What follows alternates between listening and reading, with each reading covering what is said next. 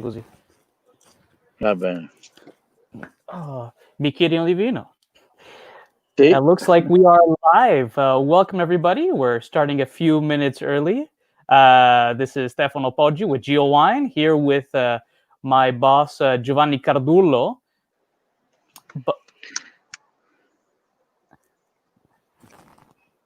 Io ci sono, Giovanni, mi senti sempre? Sì, sono perfettamente... Let me just adjust the microphone on my end. Can you hear me okay now?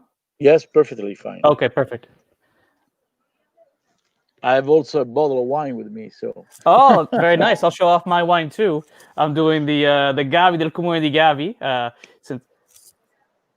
And actually, this was a gift from you, so thank you for the Gavi. Okay. What's up, Stefano? So we're just a minute away from 3 o'clock, so I'll defer from introducing you fully. There's a little bit of audio playback on my end, so I'm not sure what I have to turn off to not do that, but I'll be listening, hopefully, mostly to your pleasant voice more than mine, so it should work out fine for the interview. Okay, all right.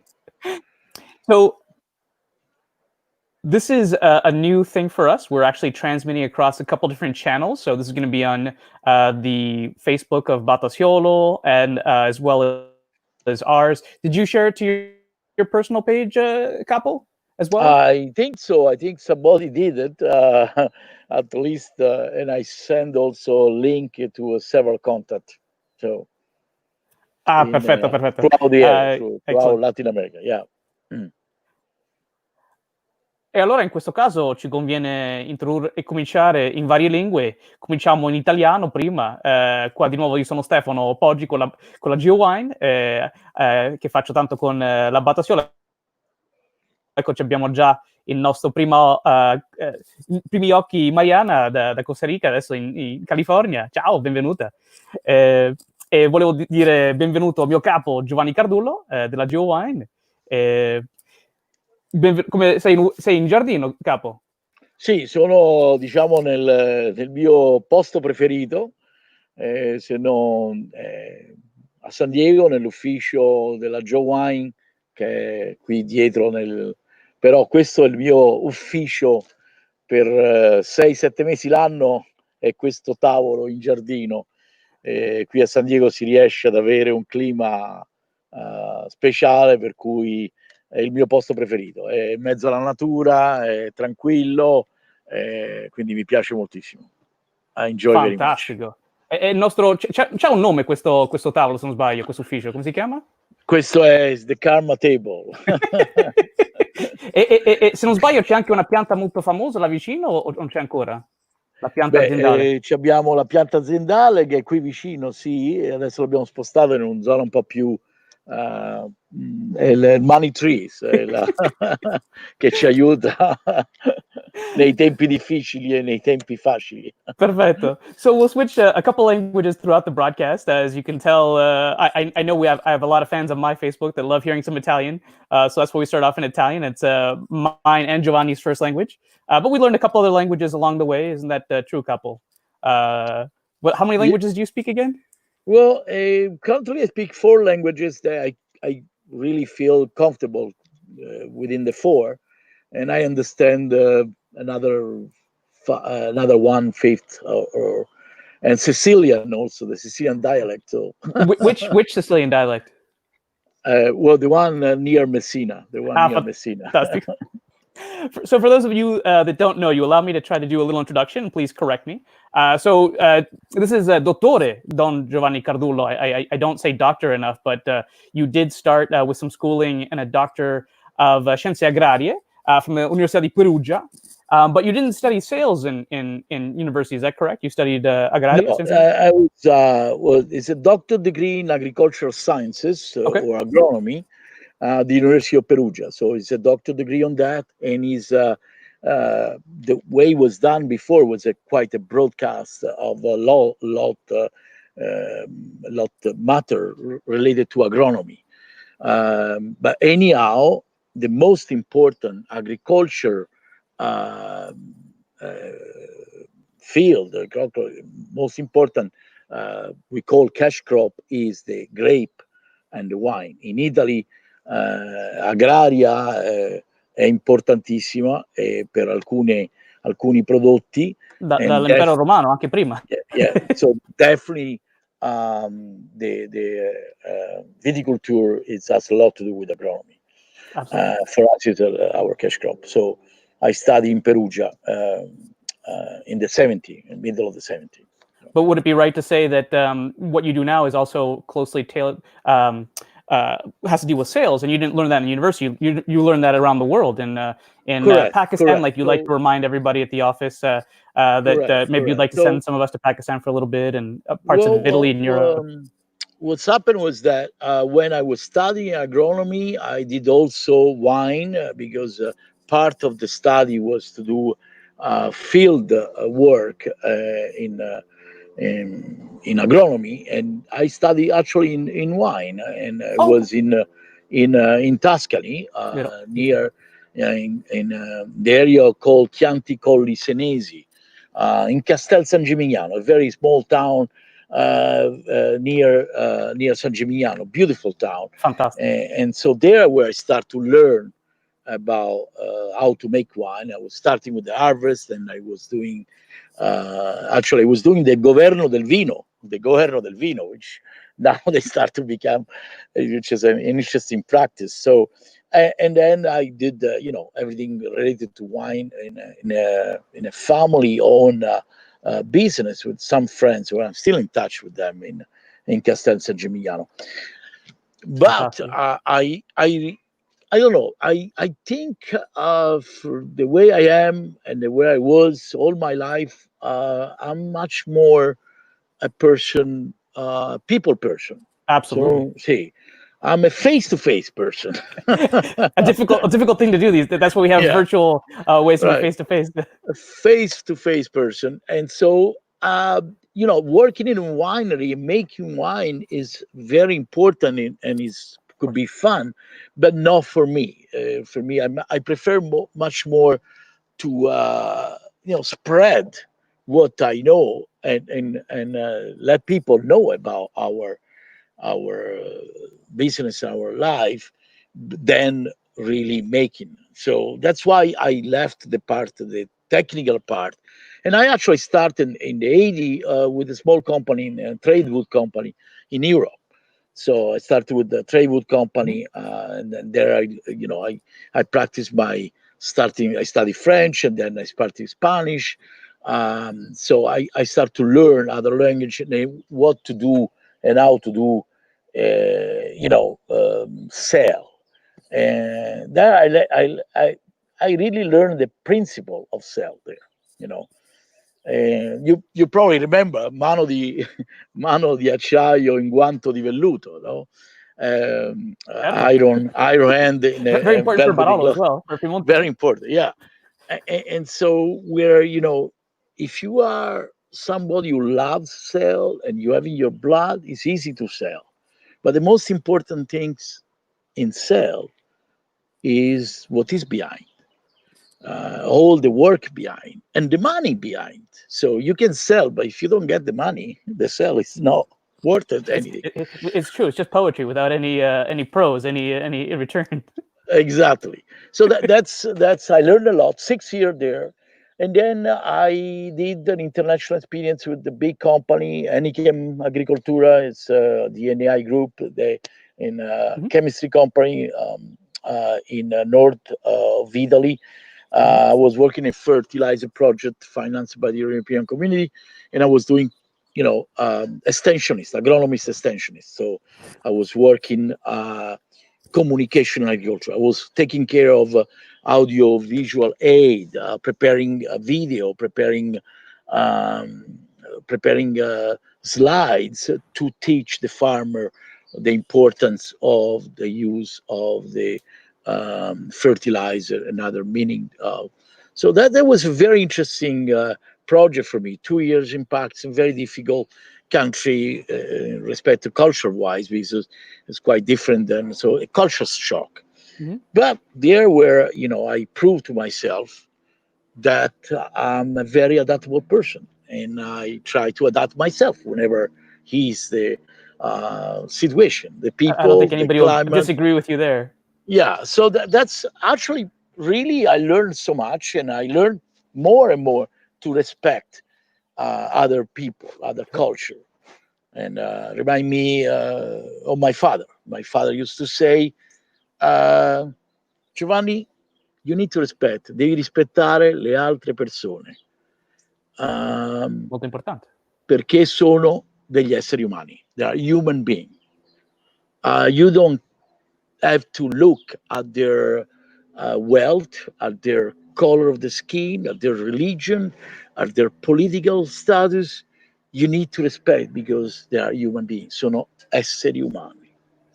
So that's really was the really proved me when I was there in Pakistan with a different culture, a different religion, in a difficult time. I was there when, Salman Rushdie published his book Satanic Verses. So it was a lot of things. So, but respect. You respect, they will respect you. You don't respect another person, that's you start looking for trouble. Yeah. So it's important, and that's the basic of my life, everywhere. Over the years that I've known you, and we'll get into that in a little bit, your father had some amazing wisdom to share. So it's always great to hear more words from your dad. Yes. But so just that was part of your formative time. And then most I recently, will pour a glass of Barbaresco if you don't mind. I should get some Barolo, but in the meantime, do you think your dad did your dad like white wine as well? Absolutely, he was Okay, making his own wine. Fantastic. Okay, I'll have some Gavi del Comune di Gavi in honor of your dad as well. Thank you. So before you started Giowine, you were most recently you were working with Riunite as the export director. Am I correct? Yeah, I will call export manager. As manager in charge of North America. And then in the late 1990s, really in 2000 was a big milestone. You founded Giowine, and do I have my dates correctly? Yes. From 91 to 95, I was fully employed by the company. And then 95 became freelance. I did 2-3 years of freelance. And then in January 2000, I found Giowine, which is now 20 years old. Fantastic. We were supposed to celebrate this here in Italy, but we'll celebrate every day here where we are until we can celebrate again in Italy. Absolutely. And so you actually we've been doing some videos and some interviews, and I thought you did a lovely video on how Giowine got its name. And I'll include a link to that video because I think you really expressed how important the name Giowine is and where it came from. But I get a lot of questions. Most people know me through Batasiolo because that's mostly what I do. And then they find out, maybe it's not the first thing they know, but they find out that Giowine is really who I'm a part of. And so I just want to hear in your words how you would describe your company, Giowine. Well, Giowine was born with a dream. The dream was, okay, I'm in love with wine. My uncle in Sicily, when I was little, has a small vineyard, and we were going there harvesting together. And I'm talking when I was 12, 13 years ago, 13 years old. So I was even crushing grape with my feet. So I'm talking about that in the province of Messina. So wine has been part of my family, my life, and it's part of my culture. So when by chance in my life I was able to get back to the first love, and then the agronomy and so forth, and the commercial side, I definitely had something in mind to try to be, I will call, an ambassador of Italian wine. And since I moved to this part of the world in 1992, when I moved, and I started to take charge also of Latin American market, and for Riunite, was already for Riunite, Cantina Riunite, Reggio Emilia, was already working in North America and a little bit in Central and Mexico. And then when we started as a freelance, I saw an opportunity there to try to promote Italian wine in Latin America. It's a very difficult area. It's very difficult, but I speak Spanish very well, and so I decided to put together a portfolio of winery, not in competition one to another. So, and talking about Batasiolo, because we are here mainly to talk about Batasiolo, he's to remember everyone that uh, this business is made by people, so people and knowledge, and need to share this knowledge, and friendship, and you need to share and keep the friendship alive. So one of the first company introduced was Batasiolo, was practically after the Cantine Riunite. I'm talking probably 1999. And I arrived at Batasiolo through a very good friend. His name is Ettore, and he is Ettore Perini. He was from Abra. Unfortunately, I say he was because he passed away in a car accident in Venezuela.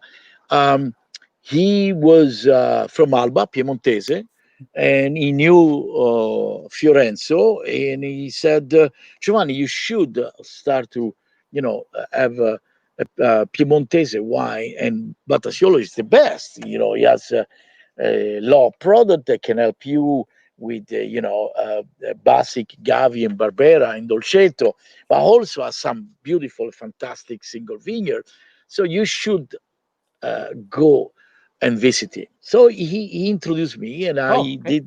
I did the trip, and I went to Piemonte. I went to Piemonte, and there probably was 1999. I believe it was 1999. I have wine dinner dating back 2000, so it was 1999 for sure. So I went there, and I still remember it's a total different region from what I'm used to. I'm coming from Sicily. I worked and lived in Emilia Romagna.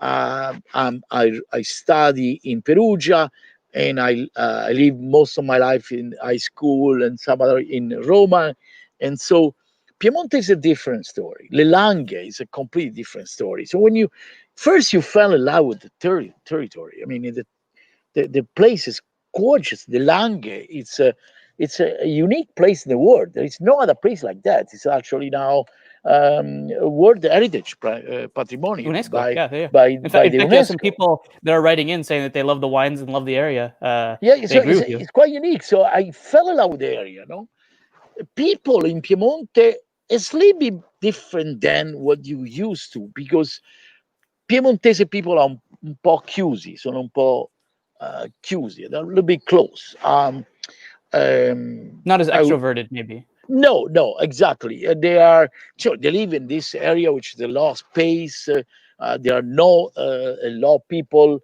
around. Small villages, gorgeous, like painted in. You go and you talk about Barolo. Barolo is a wine, but it's a town. So you have this Small beautiful town. town, Small town. small town, Barbaresco. It's gorgeous. Yeah. Alba, and then you see this, and you meet this gentleman, Fiorenzo. Fiorenzo is an unusual Piemontese. I would agree. I would agree. It's an international man. It's someone you feel easy and very comfortable with as soon as you met him. He smile at you, and he shake your hands, and he hug you. Not now, but before. Well, he started traveling quite young too. Yeah, very young. I think he was in his 20, going to sell wine outside of Piemonte I know, in crazy. It was crazy at the time. It was in, an unusual concept at the time. in Milano with his Yeah. Fiat 600, 600. So he tell you all this story, and you see a person. You see la realtà della terra, la persona che ha lavorato nella terra. It works in the. It's just unique. It's beautiful. Yeah, you can tell he's not just a figurehead. He's been involved. No, It's in his no. blood. It's in his hands. Yeah, He's lived the exactly. experience. So then of course, you enjoy, you have a tasting, then you go out for dinner, and then the food. Mamma mia. That's Was it strange for you as a Sicilian and Roman having Piemontese food? Was that the first time you had Piemontese food? I think so. As experience being there in that area, yes. I had a cousin many years ago living in not too far from there, but I was very young, so I really didn't have the taste for.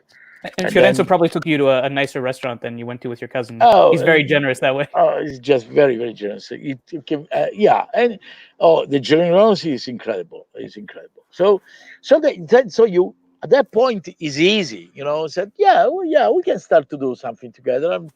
I'm not in the area, not much at least, and actually, Fiorenzo is one of the person of Italy who start to export since he was young. I mean, and he's one of the company who really start to go around in without even speaking languages, but with this personality, with this authenticity, and with friendship, he was able to break many markets. Yeah, I So think between that and uh, he just comes across as a very personable, down to earth person, and the quality of the wines for the cost. I think they made a very quick inroads around the world pretty yeah. quickly with Fiorenzo. So Yeah. I have a good memory of that first trip, and I definitely really thanks my friend Hector for the introduction, and we start to work together. Yeah, we start to Fantastico. work. Yeah, so I started working with Batasiolo through you. So I've known you since I was what, like 9, in Rome growing up. You were pretty young, I was pretty yes. young, and it was thanks to my mom and your lovely wife Celita that really connected us and our families together. And then we both moved to San Diego, not too many years, not too many kilometers apart. And then we always kept in touch. But I'm trying to remember back. So I started with you in 2005. So it's been 15 years now. Do you remember why it is that you reached out to me because you were still working in the Yeah, United States a bit, but yeah. I was working in the United States a bit, and I needed someone who can help me as to be like a kind of a brand ambassador, a person in the field. United States is not an easy market, è un mercato molto difficile, complicato. stato a C'è, stato, sì. c'è un sistema di distribuzione complesso, no? Importatore, distributore, retailer. It's not easy. So avevo bisogno, I need someone who can be on the field that can take care of the brand. And I knew you since very young. I think we were already playing tennis at that time, or no? I don't know if we were already playing tennis. That's a good question. I've been over to your house several times, obviously, to the lovely parties that you're very well known for. But I don't know if we started playing tennis yet. I have to remember because I was already playing tennis back then. You were playing tennis back then. But I don't remember the first time we played tennis. That's a good question. I'm not sure, but I remember you as a very lovely Congrats. young person. You were graduated from the UC Santa Barbara, and you start to work. And you were at Trader Joe's. Yep, exactly. At Trader Joe's, and I was buying at Trader Joe's. I was seeing you, and so I was looking for a person, but to sell in the United States, you need an Italian. Tu hai bisogno dell'italiano, l'italiano, L'italianità, sì, bisogna avere quel contatto. sì, sì, sì, assolutamente.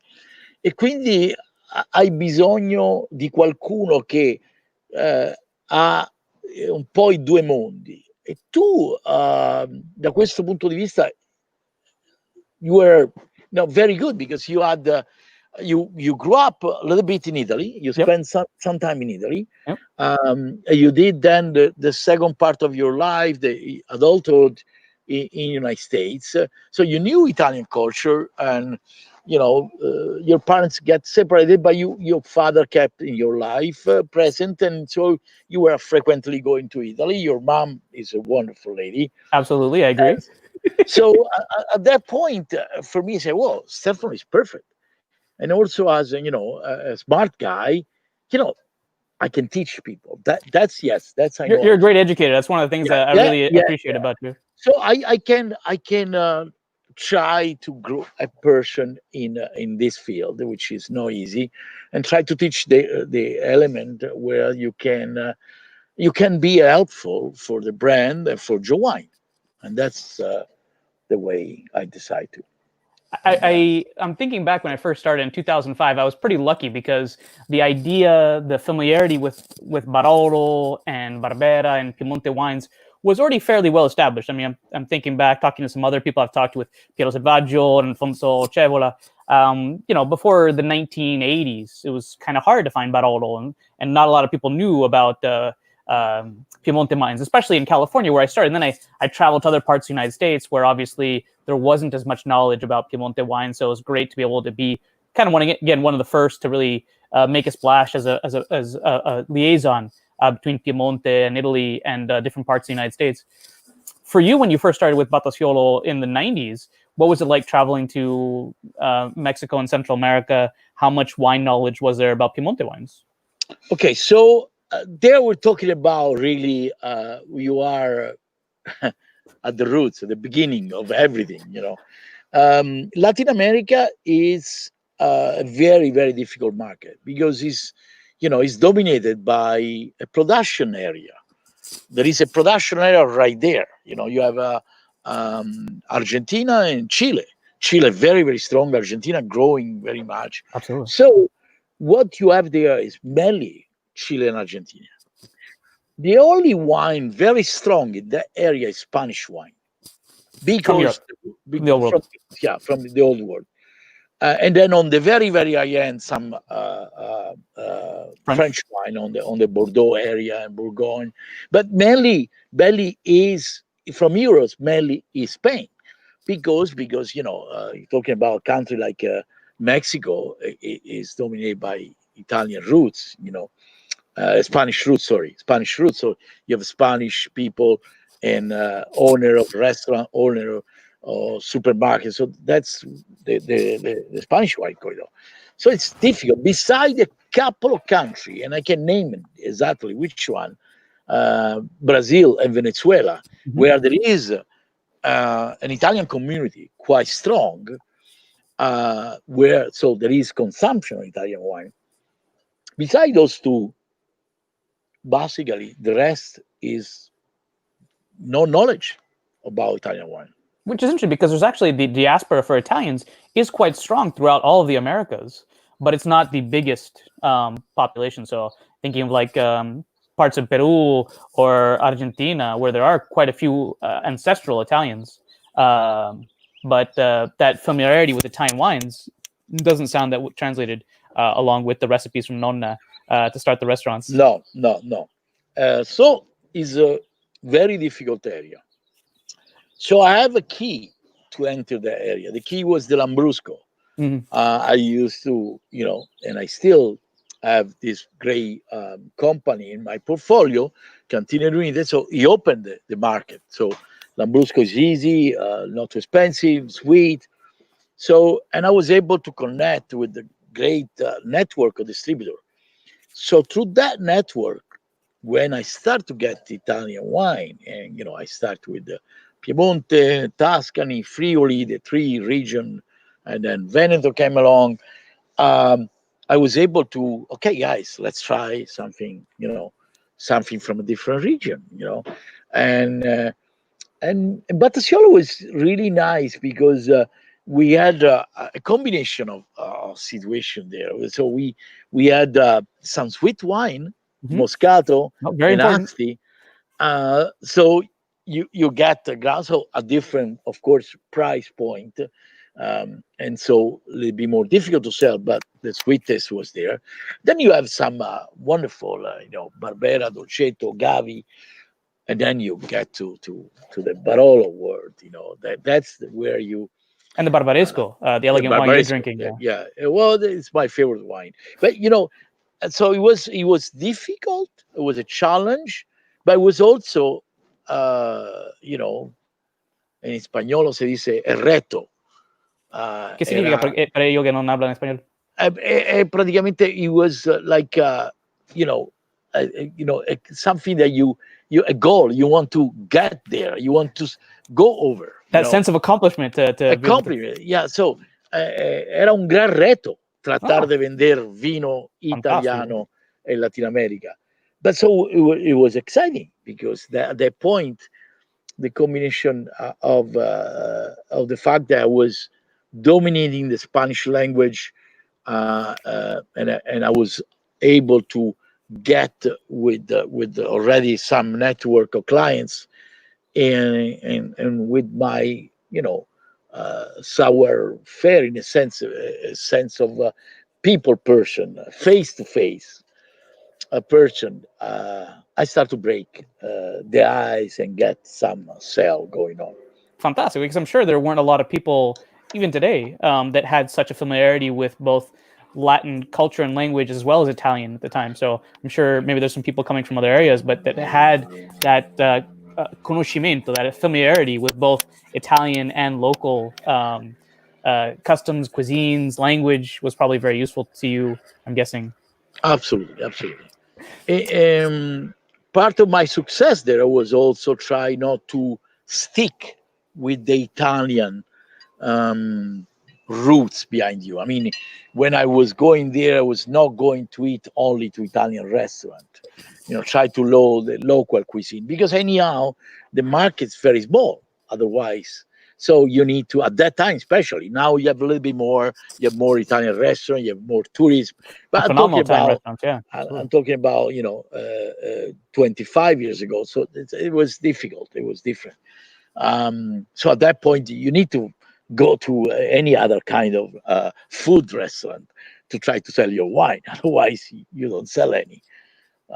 So that was my thing. So fantastic. So I'm thinking back also historically, when I started with you, we spent a couple of days together in the market, and two of the moments that stood out to me the most was one time we went to go visit a friend of yours, Tonino, in Hillcrest, and we sat down, we had lunch, and we brought a couple samples of wine, and Tonino joined us, and Tonino's like, Giovanni, what can I do for you? And you're like, well, it'd be great if you could buy this, this, and this. And he did. And I thought that was great. It took me a while to get to that level of salesmanship, but that was an amazing experience for me to just have a customer ask you, what would you like? What can I do for you? But that showed me that connection to people that you have, which is so important to nurture. Yeah. So if you remember that time, I brought bread with me. You did. That very. We should definitely mention the. Could you please mention the bread? That's a very important part of of Giowine. The bread. My father-in-law was a psychiatrist, and his passion was food, and he was making his own bread with the mother yeast. So my father-in-law now passed away in 2004, so now a few years ago. But we inherited, the mother yeast, la massa madre. Abbiamo la massa madre. Facciamo il pane con la massa madre di Filippo. And Tonino met Filippo, and Tonino remember Filippo because Filippo showed him how to make bread with the massa madre. So so when I went there, I knew we need to open the account. You need to break the house. So that's a good sales tip to know have that connection, to create that connection with somebody. So if you remember, I brought the bread with me. It's very important, very important. But yeah, and then ever since then, we've almost always had the dolcetto and Barolo, if not the Moscato, with Tonino. Has been a very consistent customer because of that relationship that you passed on. And then the other thing that I remember is that the tying together sometimes the education, which you taught me how important it is, and sometimes the best way to deliver that education you can do in a serious formal format at a say distributor meeting or at a conference, but sometimes just connecting all the parts of the Italian culture by doing an event like a dinner around food. So to me, that's been one of the ways that I've been able to connect with customers is doing some wine dinner events with some of the food that's typical either from Piemonte or the local area and some of the wines. And so thinking back at some of my most memorable moments, I interviewed Piero Selvaggio a couple of weeks ago where we did a white truffle and Barolo dinner. at 3 different restaurants in 3 different states, That was amazing, back to yeah. back, which is pretty crazy. But I was just curious, like you referenced earlier today an event you did in 2001. Are there any Batasiolo particular events that you remember that stand out to you that you use that to? Well, yeah. I would say few. This one really is, which something I would like to remind everyone. This, I will not even say this is our life. So we share friendship, we share um, soul, we share land, soil, wine, and friendship. So there was a guy in Trinidad and Tobago. Hmm. His name was Joe Brown. Unfortunately, I have to say he was, because he was killed in a traffic accident. He was riding a bicycle a couple of years ago. He's such a wonderful guy. He was a wonderful chef, originally from England. Went to live in Trinidad as a executive chef for the Hilton International. I remember you sharing that video with us Yeah, of what a strong character that he had, a he was strong an person. incredible person. So when I met him for the first time, I was talking about 93, 94, because I was selling only Lambrusco at that time. And Jose Nive, which is a great friend of mine in Trinidad and Tobago, was the divisional director for the Amco company there. He brought me to eat at his restaurant. His name was, I show you this something like.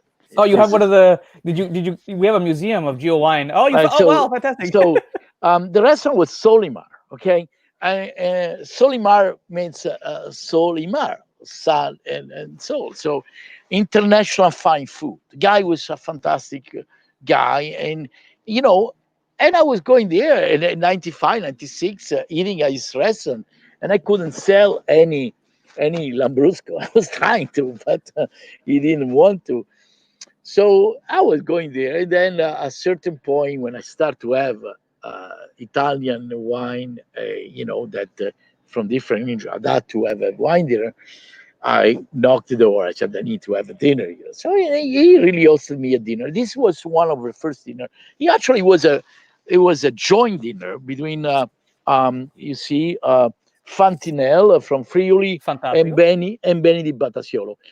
This is the Bello. original invitation and nappings of the dinner. Clean napkin. Wow, impressive. So yeah, because I kept from that time. I kept from that time. So he really did a nice job. And just to give you an idea, this was we had Gavi, Benny Batasiolo. Then we had De Bracchetto, What was the pairing on the guy? in intermezzo, un sorbetto al bracchetto. Oh, He was interesting. he was an incredible chef. So the guy was absolutely. What was the pairing on the Gavi? Oh, the Gavi, he had yellow fin tuna carpaccio, and he had white truffle oil dressing. Pretty fresh in Trinidad and Tobago. Yeah, absolutely. Oh yeah, absolutely. And so bracchetto was the intermezzo. It was a sorbetto al bracchetto, and then we have a Barbaresco. He was, I was in love with Barbaresco. I fell in love with the Barbaresco, and so the secondo was medallion of venison and crude, topped with the porcini and cheesesteak mushroom. Fantastico. Okay, so fantastico. And then we had the Barolo 1995. So it was absolutely really a wonderful dinner. Joe Brown, unfortunately, passed away 2 years ago. I saw him just 10 days before he passed away. So I want to remember him. But I have so many friends in the area, and I can name a lot of people. In Panama also, I have a lot of friends. David Hennessy is one of them. He's a wonderful, great guy. He has a wonderful restaurant, La Posta. He has all my wine there. Rafael Ciniglio, Trattoria Las Americas now. He has a beautiful restaurant now that he's doing much smaller. But so I had that. But this dinner was really something unique because one was on my first in the area, and with a special, very special person. So Fantastic. I definitely need to remember him. So That's a great memory. That's a really good one. That's a phenomenal. Especially that you have some of the napkin from the dinner. That's amazing, and it's a good condition too. That's yes, because I kept, the museum. Yeah. fantastic. So Okay, unless there's any other events you want to talk about, I'll bring it a little bit more to the present.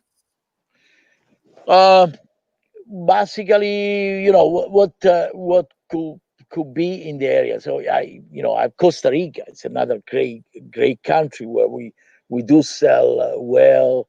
I did a wine presentation there, Grano de Oro with Ciro De Angelis. Yeah, I shared Cheeto's video earlier of them reopening. It's such a gorgeous hotel if you're ever in Costa Rica, in Yeah. San Jose. And Bruno Pezzuolo dell'Olivo. We did dinner there too. I have friends all over there. The Caribbean, it's quite a strong market for us as well. But now I have somebody who's doing that. But Trinidad and Tobago was one of the countries I opened myself in the 90s. So that's why I still have really a lot of relationship there. So I think that's one of the nice benefits to me for wine dinners as well is it really, you work very hard for in a very it's very high pace. You're very it's emotional, and so it helps create these lasting friendships and memories, and conversations that keep on going, leading up to the event and then well beyond. Customers that come and just remember such a great event, and then the proprietors of the establishment, whether it be a restaurant or hotel or it's just that one of the great things about the dinners is that it creates this long-term conversation and el avvicinamento delle persone e dei vini. yeah, and since the area is so difficult to sell, you need to make a difference. To make a difference, you need to really be there and trying to do a personal touch to the people, to the waiter of the restaurant. I've been always friends with the waiter. Los meseros son muy importantes Súper para importante. nosotros. Siempre se recuerdan de mí, porque siempre estoy allá, siempre le recuerdo, le hago presentaciones. The wine buyer of the restaurant, the owner, they can buy the wine, but the people who sell the wine is the waiter. So a lot of people may forget about them, but not me, not me. I always tip them very well. I try to explain the wine, and I do presentation. And the best time when I do a presentation with them is when I have a corked wine. It's fantastic. Why is fantastic? Because I can tell them what is a corked wine. So immediately I open another bottle and I say, guys, let's see what is a corked wine.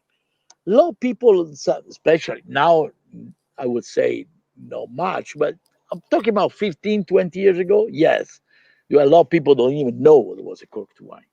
Well, a So lot of the folks in the restaurant maybe didn't have a lot of experience with wine, and so exactly. the idea of So coming across a corked bottle with them was just a concept they didn't know. So it's great to be able to share both the good and the bad, so they become the ambassadors then to continue the tradition. Absolutely, I totally correct. So agree. that points to you have a corked wine, you open another one, and you just boom. They will never forget. No, and I think most people would agree that you're a very memorable person that comes across, especially in the countries that you work with here in the United States, in Italy, and also the countries that you operate in. I think Giovanni Cardullo definitely makes an impression.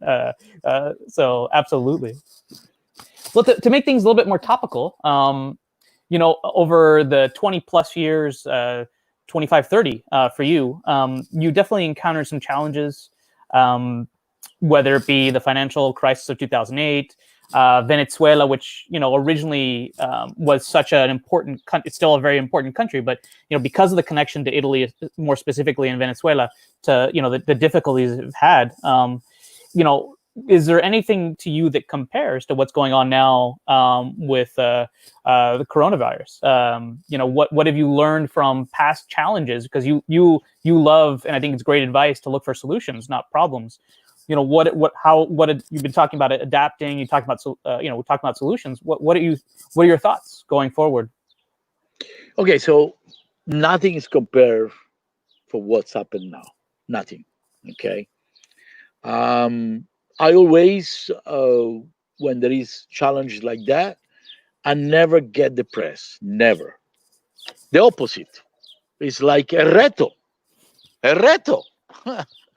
How to translate exactly in English? But it's something that, okay, is an obstacle. You need to overcome the obstacle. And it's your attitude how you do it. So the interpretation of the is more important than the actual, because the challenge is there. Yeah, the challenge is there. We do have problem all the time.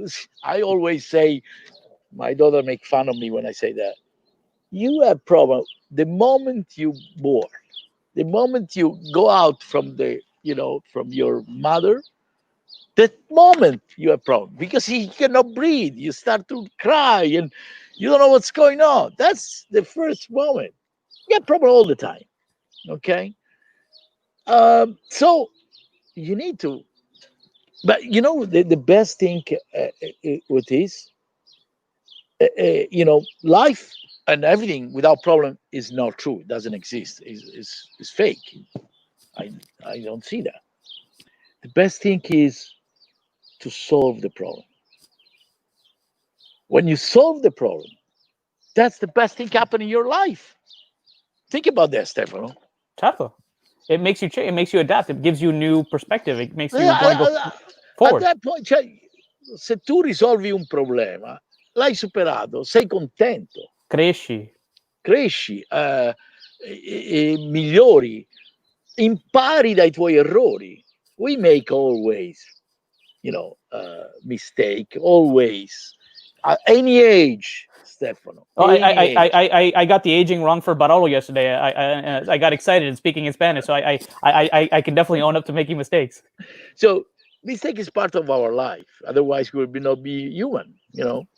So, but the thing is how you make better out of the problem. You try to make a solution out of the problem. That's why I said, guys, when I said to my salespeople, problem are always there. I want solution. I don't want problem. Okay. That's the thing. You need to always be prompt. Things outside the box. Be always quick and ready.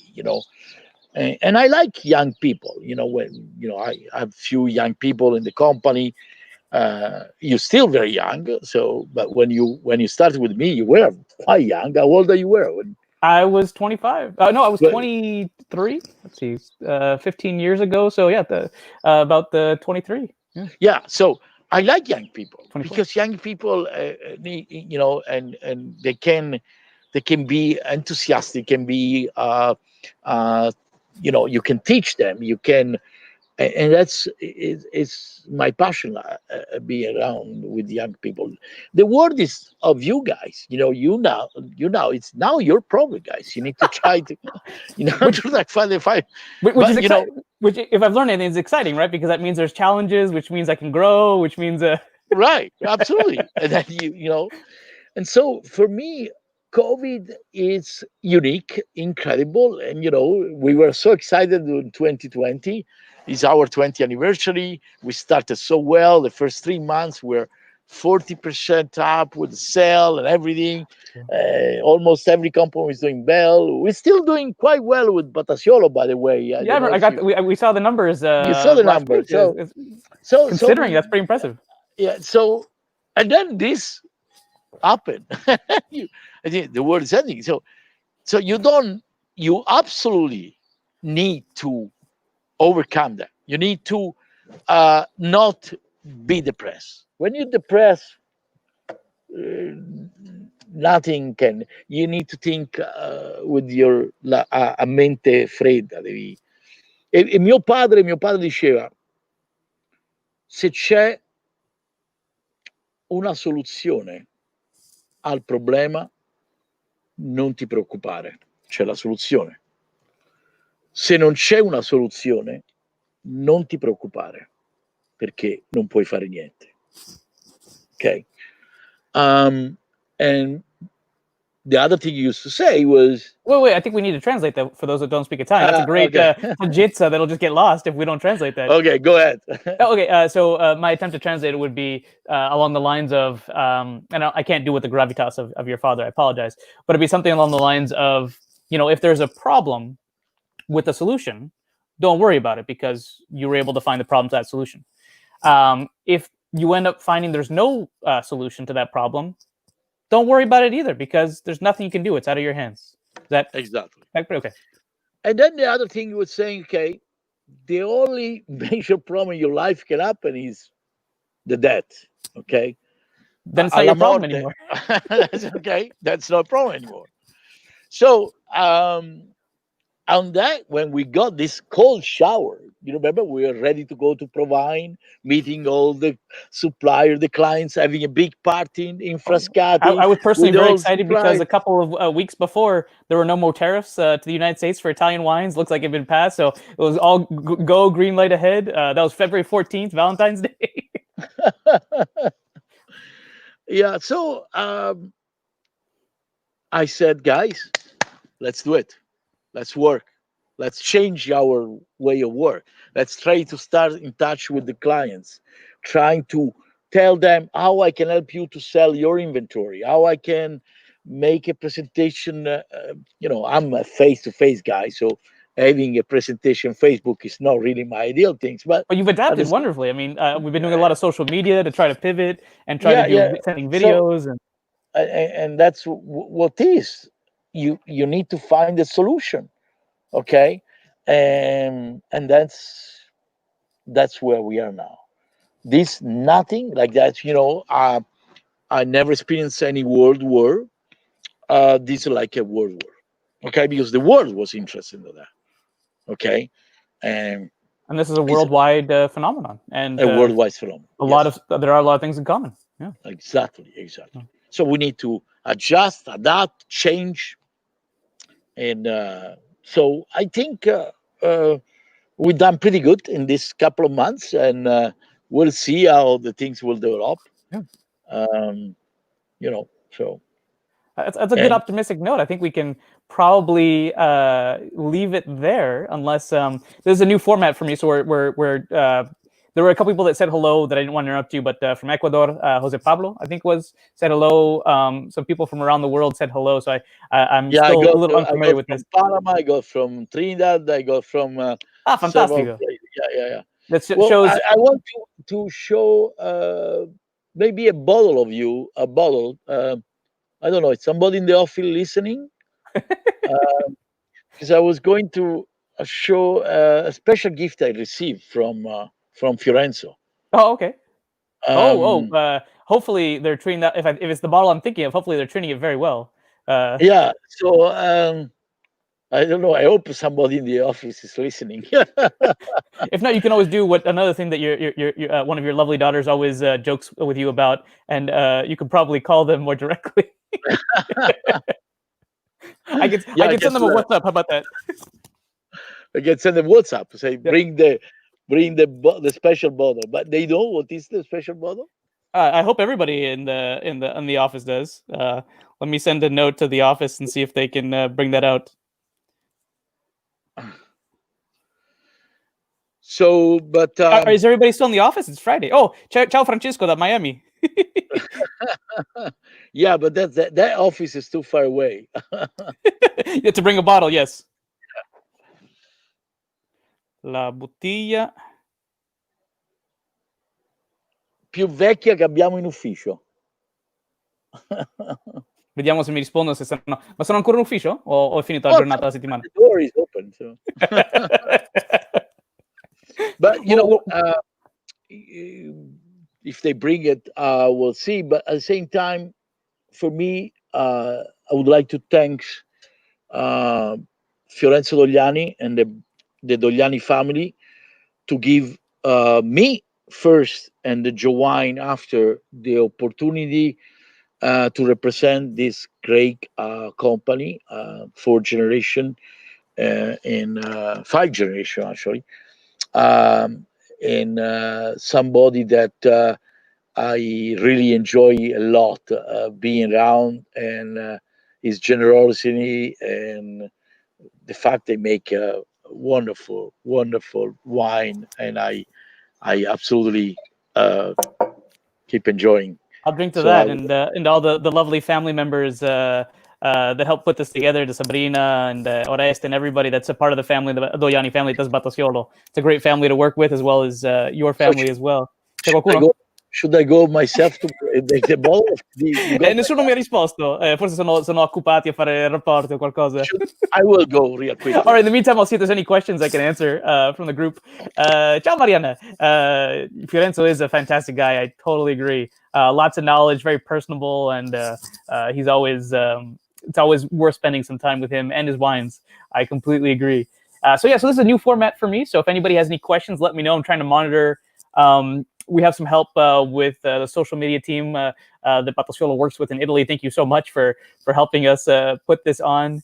We're going to see now if Giovanni can find a very special bottle to close with to show the friendship over time. Oh, he was able to find it. I recognize the top there. You're not going to open it, are you? Okay. You're not going to. Is that bottle already open? Wow. I was born in 1956. So when I turned 50 years old, Mr. Dogliani brought to here in San Diego two, actually were three. One was broken in the trip. I remember. Brought two of this incredible, unique bottle with the end label made Vino Barolo Millesimo 1956. Wow. That was bottled by his father. Okay. So I think in 1956, Fiorenzo was about, I think he's about 12 years older than me or something like that.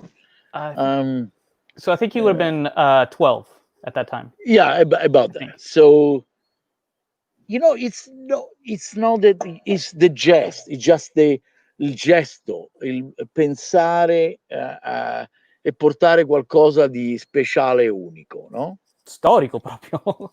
I will never forget that.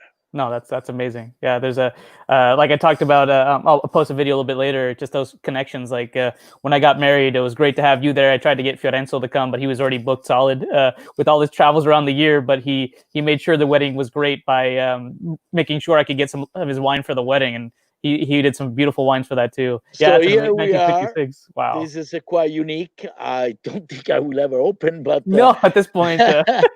But it's just. Something I will never forget. Thank you, Fiorenzo.